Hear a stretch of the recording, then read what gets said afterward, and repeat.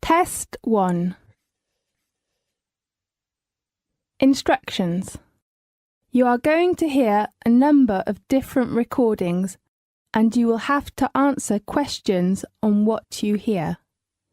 There will be time for you to read the instructions and questions, and you will have a chance to check your work. All the recordings will be played once only. The test is in 4 sections. At the end of the real test, you will be given 10 minutes to transfer your answers to the answer sheet. Now turn to Section 1. Section 1. You will hear a conversation about homestay registration between a student and an accommodation advisor. First, you have some time to look at questions 1 to 5.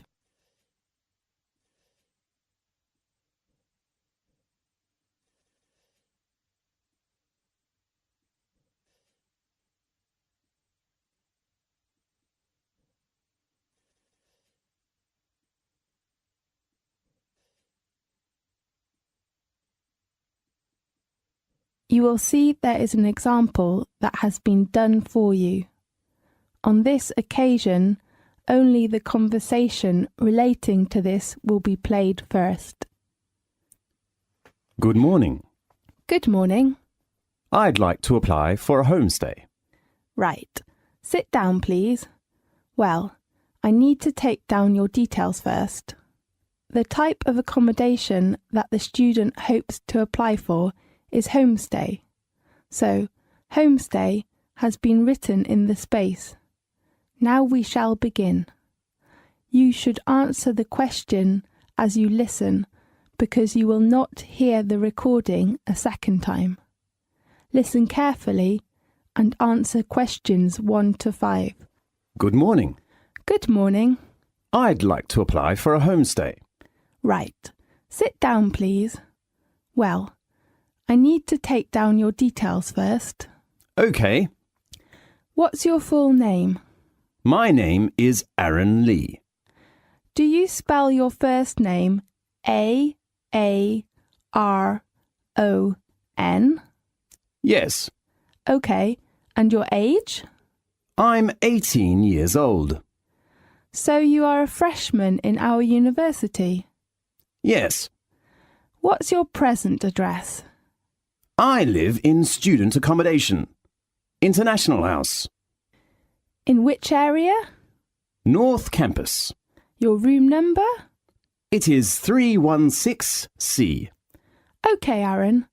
Are you unsatisfied with your flat now? Actually, my flat is all right, but I hope to move into a local family, to have more opportunities to know about local culture and to improve my English. Right. Tell me your contact number. My home number is 81419680 and my mobile phone is 75863344. Now, look at questions 6 to 10.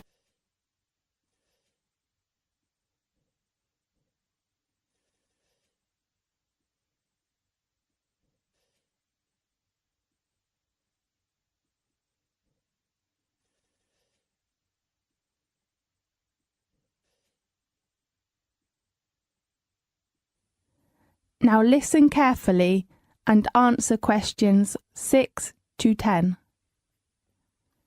Well, Aaron, can you tell me your requirements about homestay, such as food or facilities, something like that?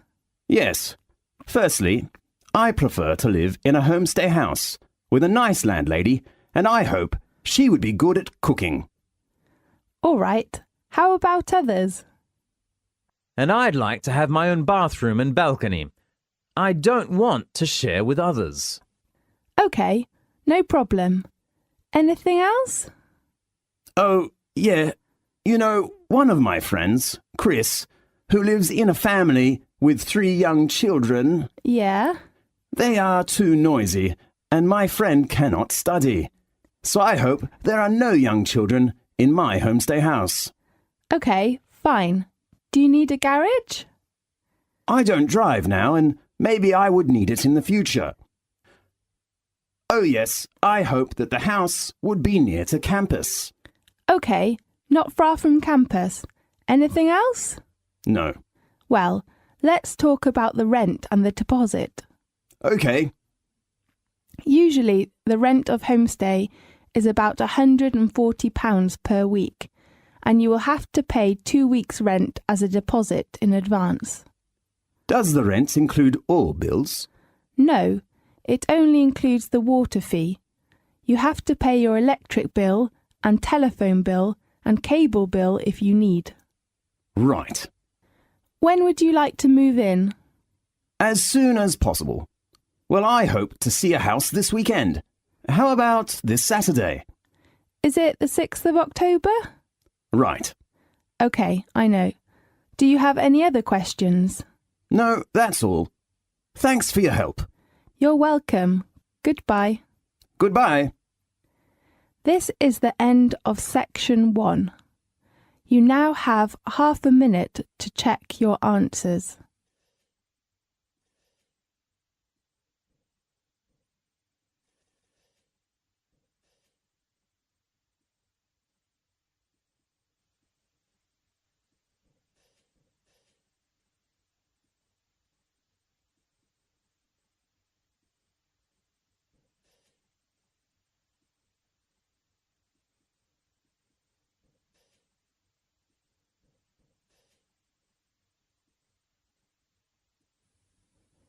Now turn to section 2.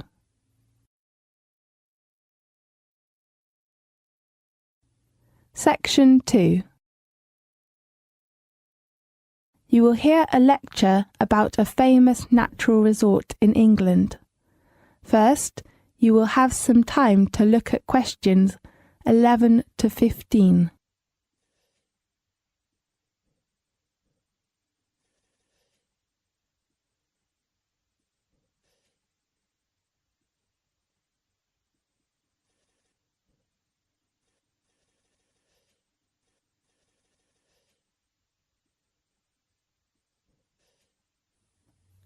Now listen carefully and answer questions 11 to 15.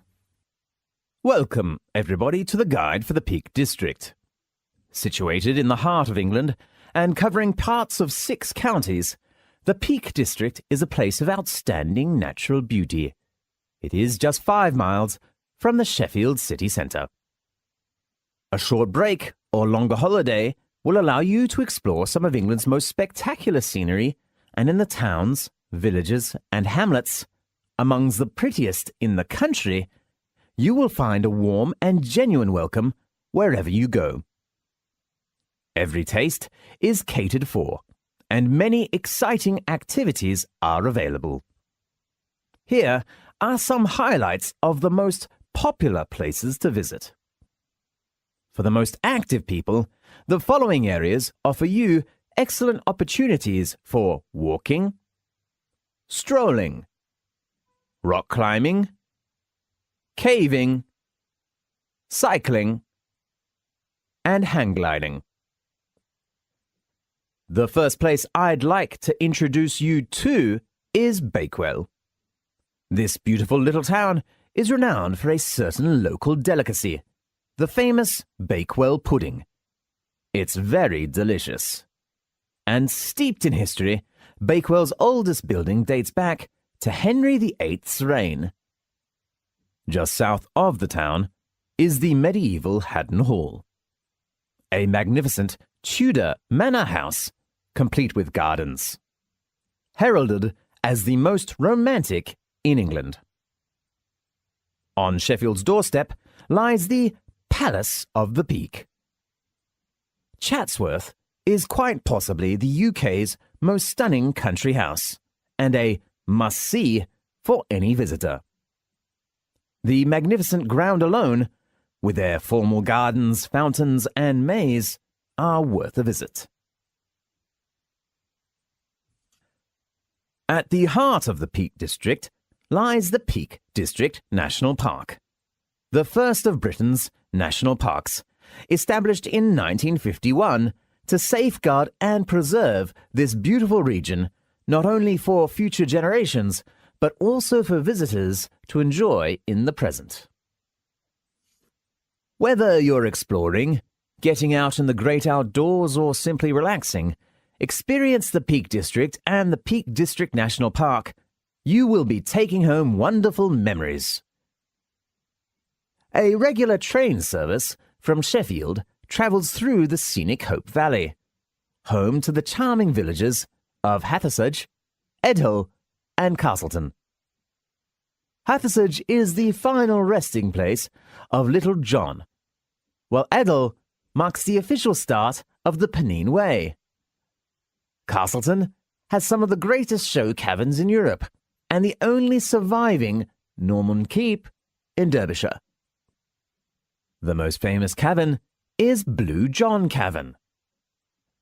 The natural water-worn caverns are home to 8 of the 14 known varieties of stunning blue Joan stone, which can be seen in its natural state among stalactites and stalagmites.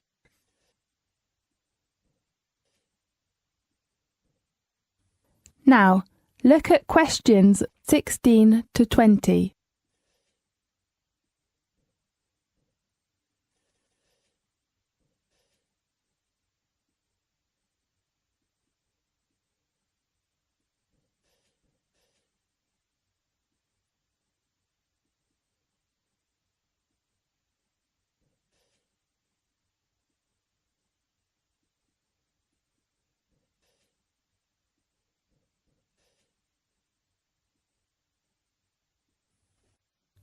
Now listen carefully and answer questions 16 to 20.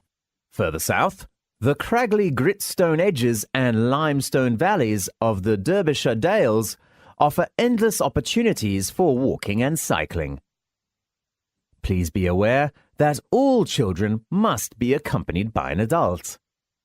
There, many charming villages and larger market towns are famous for specialist shops offering everything from handmade chocolates and ceramics to antiques, designer clothing, and equipment to tackle the great outdoors.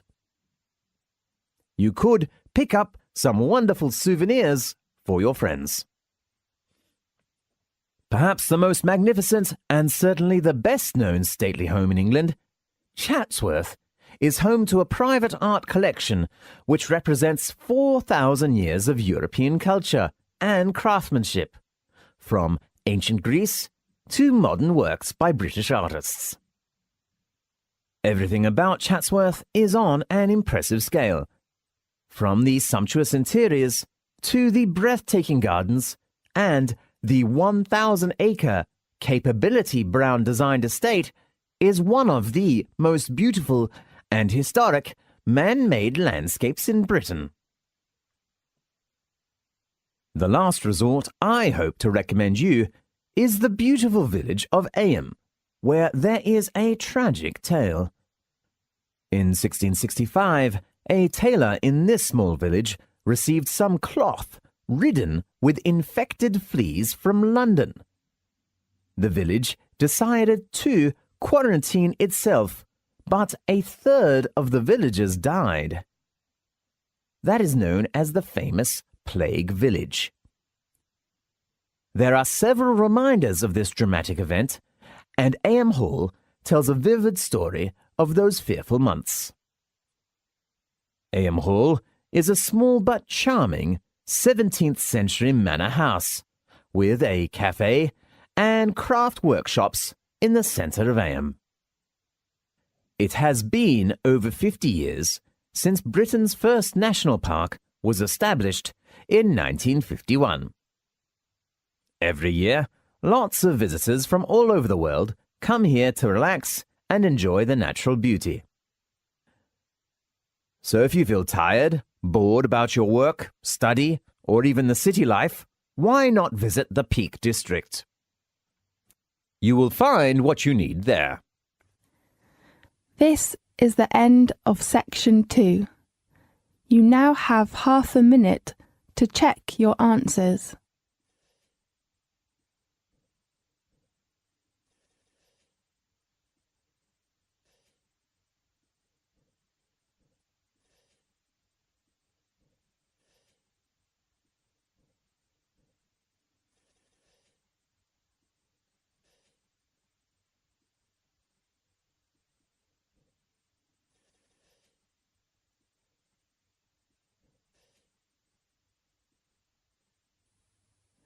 Now turn to section 3.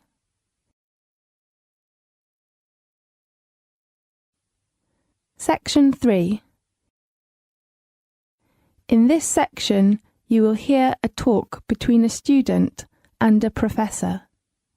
First, you have some time to look at questions 21 to 23.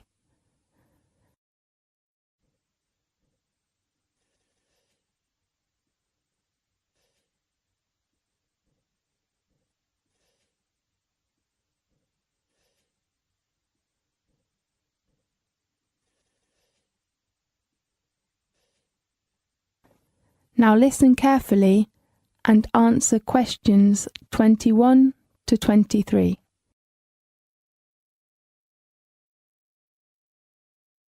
Good afternoon, Professor George. Good afternoon, Harper. Let's talk about your essay draft, okay? Yes. Actually, Professor George, I just decided to change my essay topic to energy crisis. Oh, I don't think you need to change the topic. You know, environmental protection is much better than that one. Oh, really? I'm glad to hear that. In your mind, that's a good work? Yes, I think so, but there is still lots of work that needs to be done. Oh, yes, of course. I'm just very anxious to hear what you think of it. Well, the first one. Which research methods will you take? I'd like to use a questionnaire. I don't think that's a good choice. Why? Because you will have lots of research data to check. That will be a huge work. Yeah, I think you're right. How about an interview? OK, I will think about it. Professor George, I think I have a problem with the timetable. You mean the deadline? Yes, I'm afraid I can't hand in my work before the essay deadline. Why? You know, I have to spend a lot of time on my part-time job. Harper, I don't think you've given me a good reason. You know, I can't postpone your deadline, except if you get an illness. But Professor George, This is our rule. I hope you can cope well with your timetable, okay? OK. Now look at questions 24 to 30.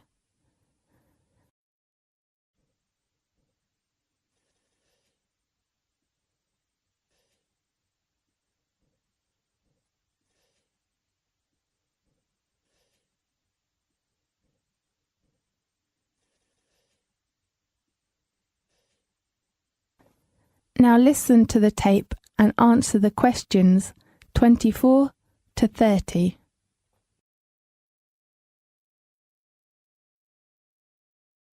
Harper, generally speaking, your essay is good work, but I'm worried about some parts. Yes, could you give me some suggestions about my work? Well, let's start with the purpose. I think it is not bad. You represent your idea and the reason for this work, but What should I do? it's better for you to make them clearly. I mean to strengthen them. OK, the purpose needs to be stronger. Oh, and what's your opinion about the structure? I think your structure is very clear. I do really say well done and go ahead. Thanks very much. I'm so glad to hear that. That's okay. How about other problems with my essay? How do you think your personal experiences as a background affects your work? Oh, it is just my question. I'm not sure whether I should write them. I can see why you put it here, but it really isn't relevant to your arguments. My advice on this is that you take them out. I think you're right. Anything else? No, just go ahead. Yes. How about other requirements, such as format or something like that? Well, let me see. Oh, yes, your way of handing it in. I heard we must send our essays to you by email. Is that right? Yes, that's right. Before your deadline, let me check. It is... Oh, here. It is on Friday, the 30th of October. Right. I will hand in my essay on time. Good. And you have to print your work by laser printer. Why? We will store all of our students' work, so good quality is very important. OK. Oh, Professor George, should I do the proofreading before handing in my essay? Yes, proofreading is necessary. You should check your grammar or spelling or format before handing in your work. OK. And your references. You must make your references clearly, and that's very important. OK, I know. Thanks very much for your help, Professor George. A pleasure. How about your presentation? This is the end of section 3. You now have half a minute to check your answers.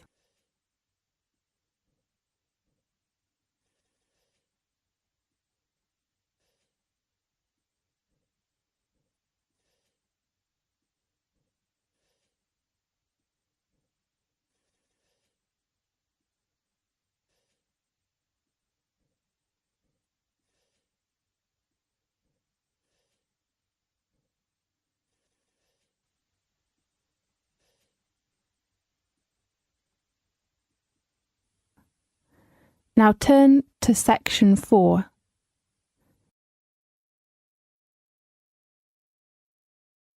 Section 4. You will hear a lecture about British media. First, you have some time to look at questions 31 to 40.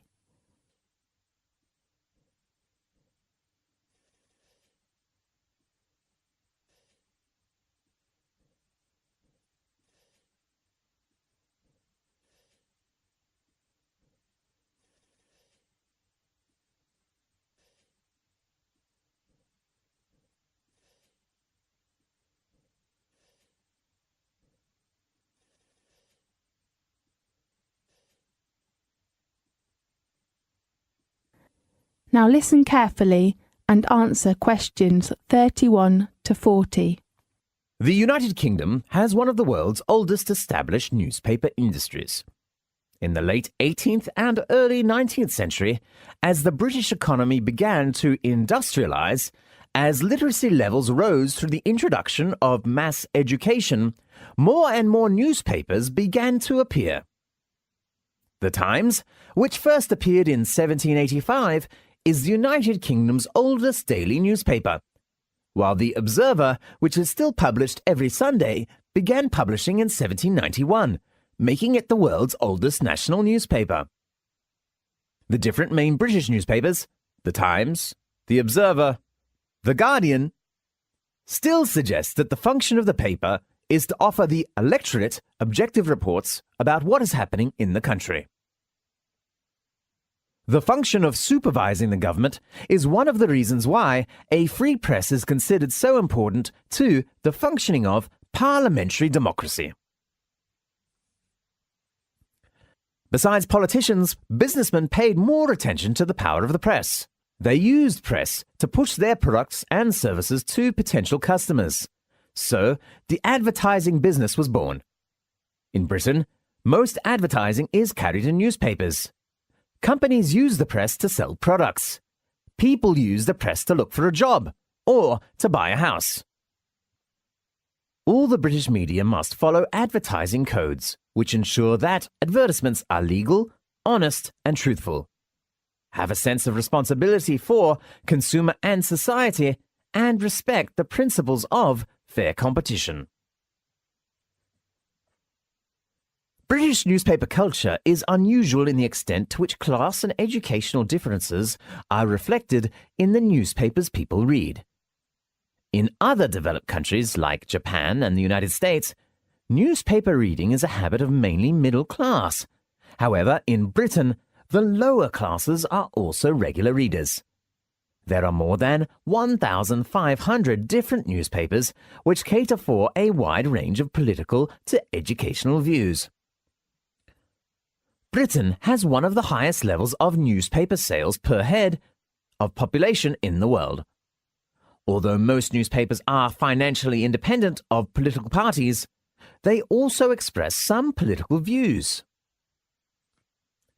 The quality press not only publishes most serious and in-depth articles of particular political and social issues, but also expresses reviews about high culture for readers with well-educated and within the middle class.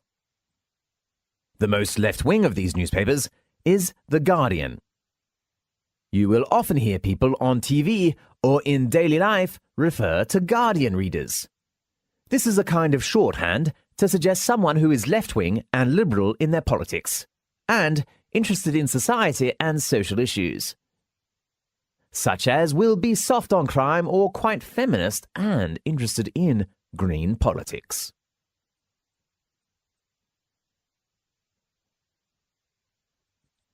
The other category of national newspapers is the tabloids, which people usually call the gutter press. It often carries some scandals about famous people, whether in politics, entertainment, or sport, etc. The stories are short, easy to read, and usually rely more on opinion than fact. One feature of the tabloid press, which has become a national institution, is the page 3 girl, a picture each day of pretty, scantily clad young women. The broadcast media, television and radio, are tremendously important to British national life. According to Record, British people spend 4 to 5 hours a day watching TV.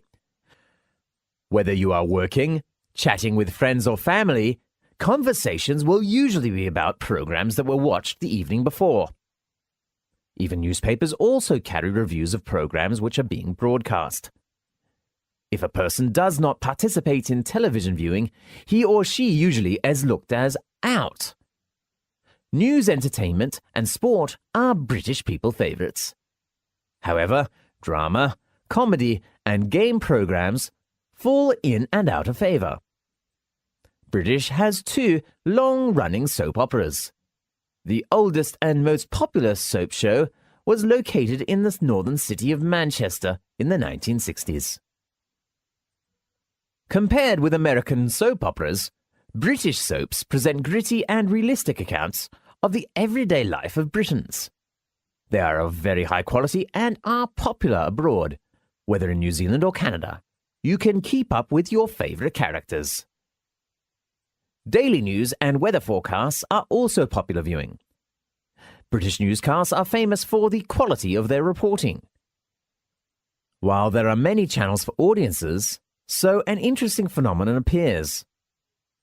During particularly popular programs, the national utility companies have to make special preparations because, during commercial breaks, a surge of demand for electricity is created when millions of British viewers rush out of the sitting room to make a cup of tea. The British Broadcasting Corporation, more familiarly known as the BBC or even the Beep, is Britain's main public service broadcaster. It began in 1927 as a public service radio station, and later moved into TV. The BBC has 2 channels. BBC One specialises in shows with broad appeal, such as sport, entertainment, drama, kids shows and current affairs. BBC Two caters for special interest audiences, and so broadcasts documentaries and shows aimed at particular social groups, such as the elderly, handicapped, homosexuals, and so on. The BBC is funded by licence fees, and viewers must buy a licence each year for their TV set. The BBC is no longer just about TV shows. Nowadays, it is a multimedia business with wide publishing and educational interests. This is the end of section 4. You now have half a minute to check your answers.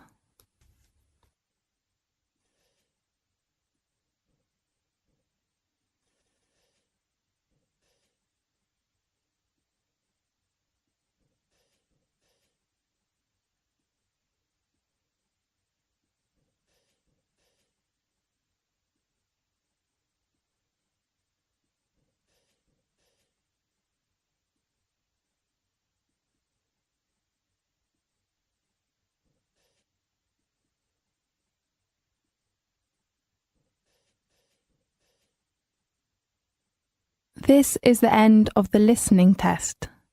You now have 10 minutes to transfer your answers to the listening answer sheet.